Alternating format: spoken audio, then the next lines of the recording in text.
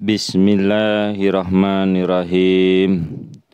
Nahmaduhu wa nusalli ala rasulihil karim wa ala abdihil masihil ma'ud. Assalamualaikum warahmatullahi wabarakatuh. Asyhadu an la ilaha illallah wahdahu la syarikalah wa asyhadu anna Muhammadan abduhu wa rasuluh.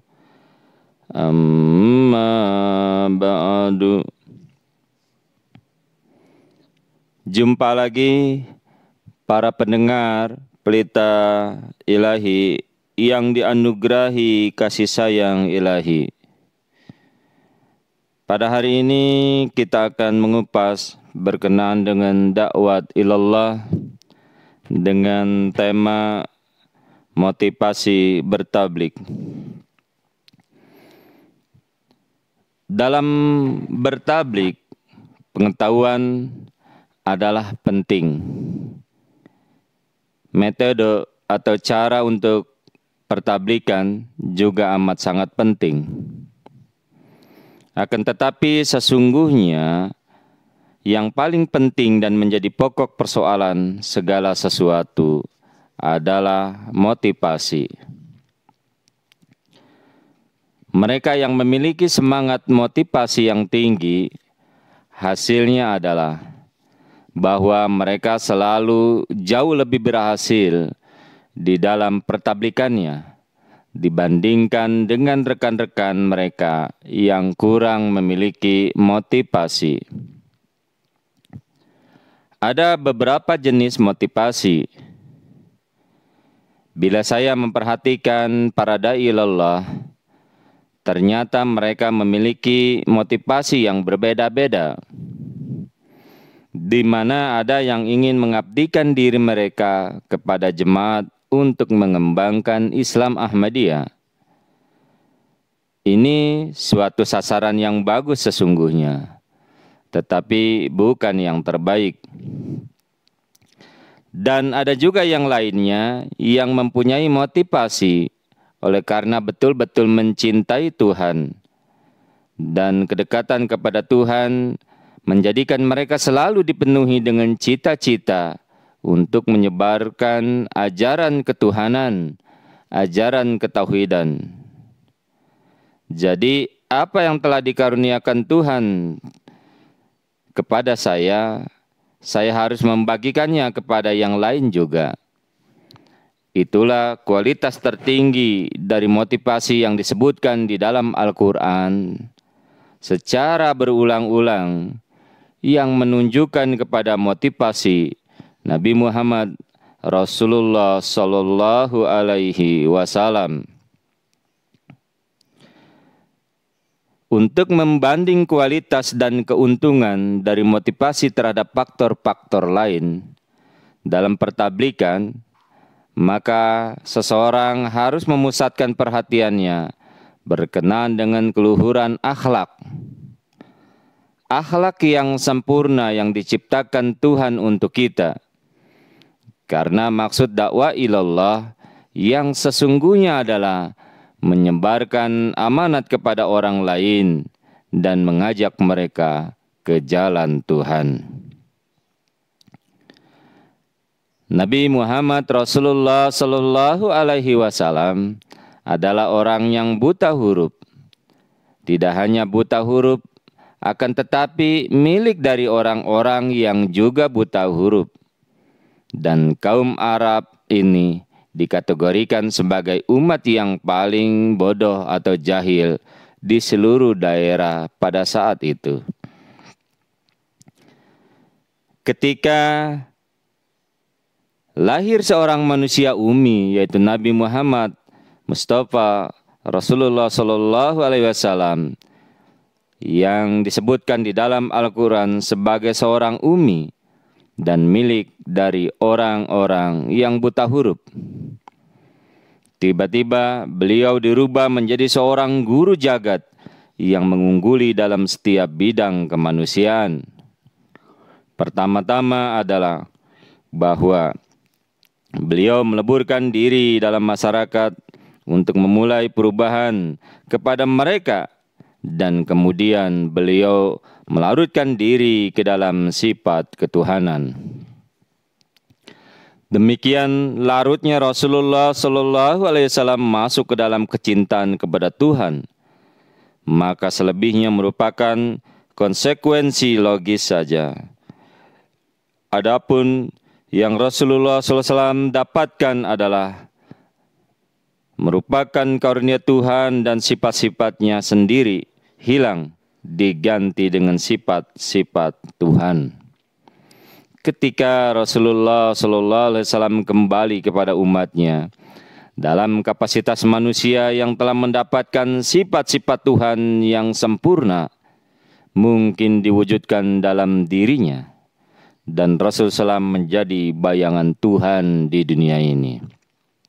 Nah, di sanalah letaknya kualitas dari motivasi Nabi besar Muhammad Rasulullah SAW, dan bagaimana sesungguhnya motivasi yang benar dapat bermanfaat bagi manusia. Lalu sekali saja Anda melarutkan diri ke dalam sifat-sifat Tuhan, maka sifat Anda kepada umat manusia menjadi sempurna. Karena sifat itu merupakan sifat dari Sang Maha Pencipta terhadap makhluk ciptaannya. Sebagaimana Anda mencintai hasil karya Anda, sehingga orang yang melarutkan dirinya ke dalam sifat-sifat Tuhan, maka berarti mencintai ciptaannya juga.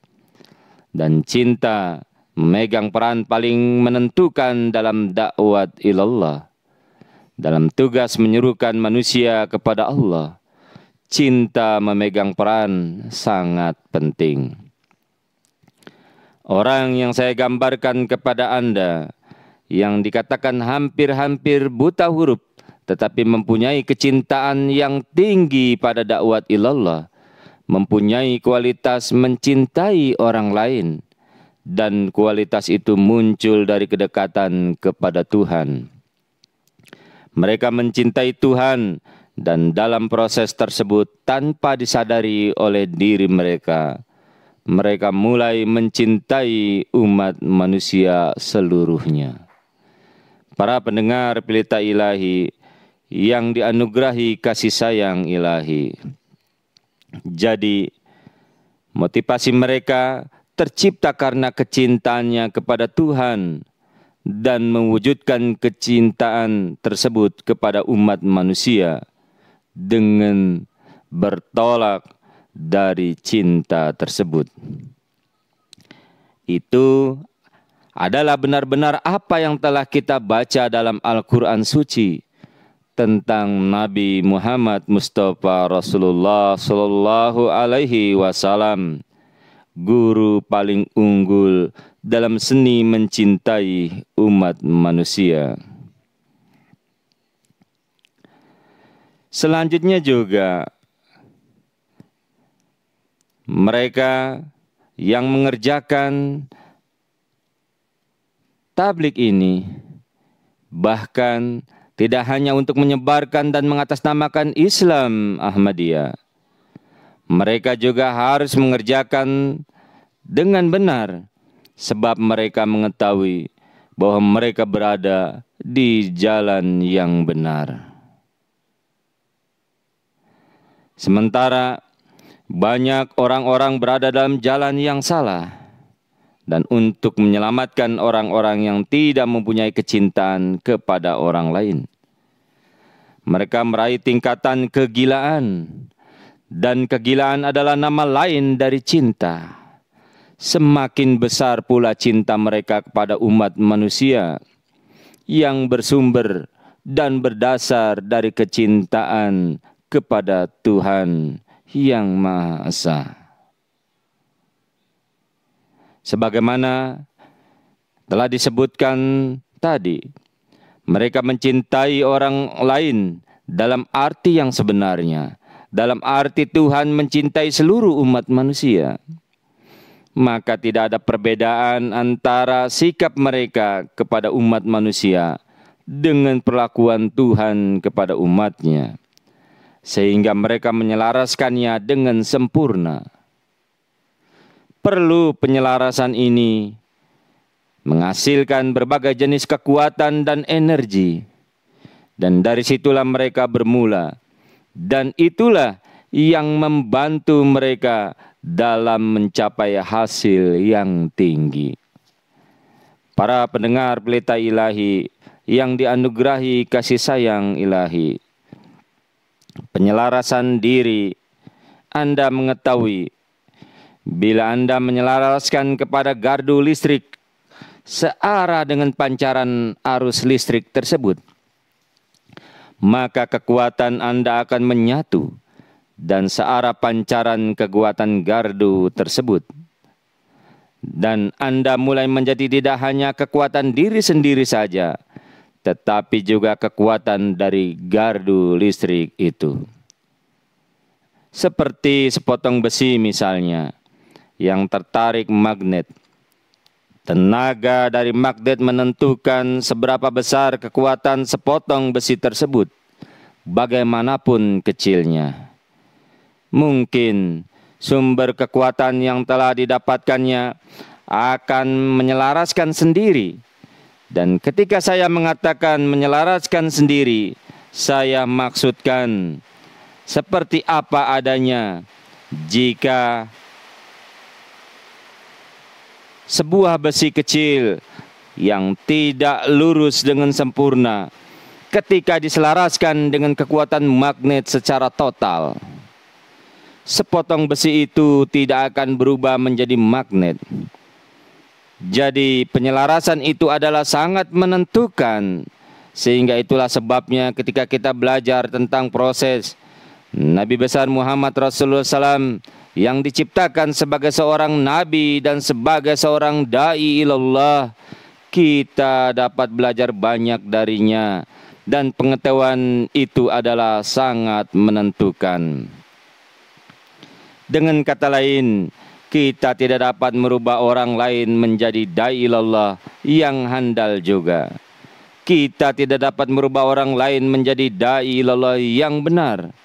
Sehingga dalam proses itu seperti apa yang saya katakan, yakni bila seseorang menyelaraskan dirinya dengan sempurna dengan rencana Sang Khalik, dengan kehendak Allah Ta'ala, dengan kemauan Allah Subhanahu wa Ta'ala, maka kemudian Sang Penciptalah yang berbicara kepada orang-orang melalui mereka sendiri.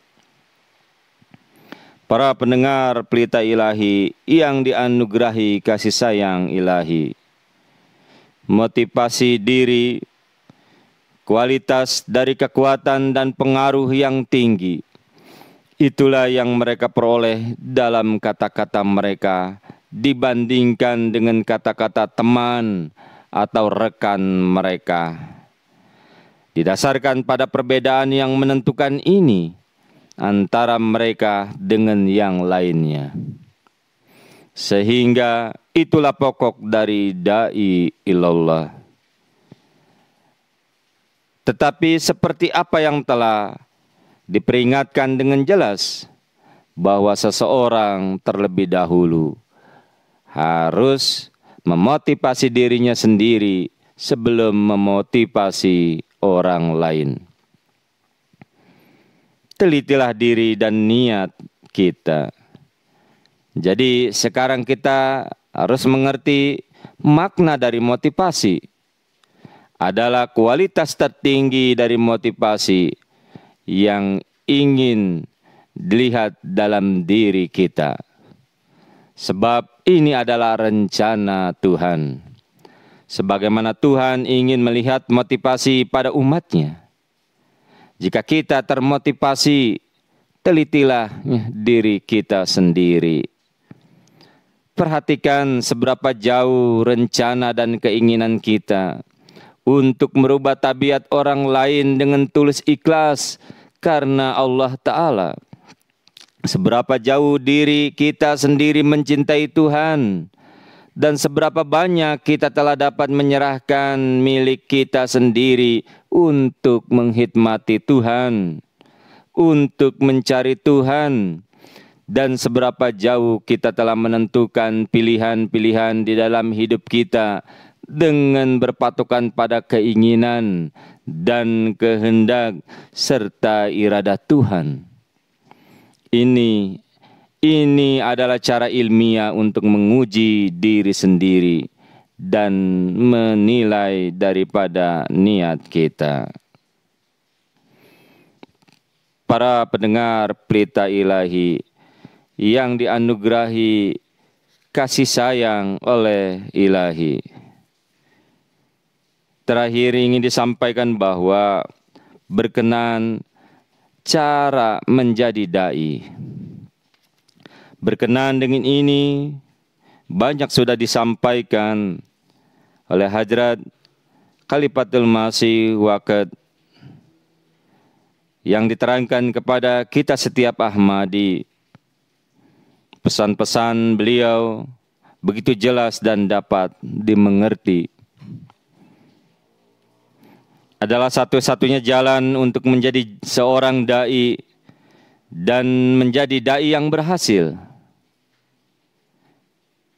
Kita dapat menilai seberapa jauh kita telah berhasil meraihnya, lalu melalui hasilnya.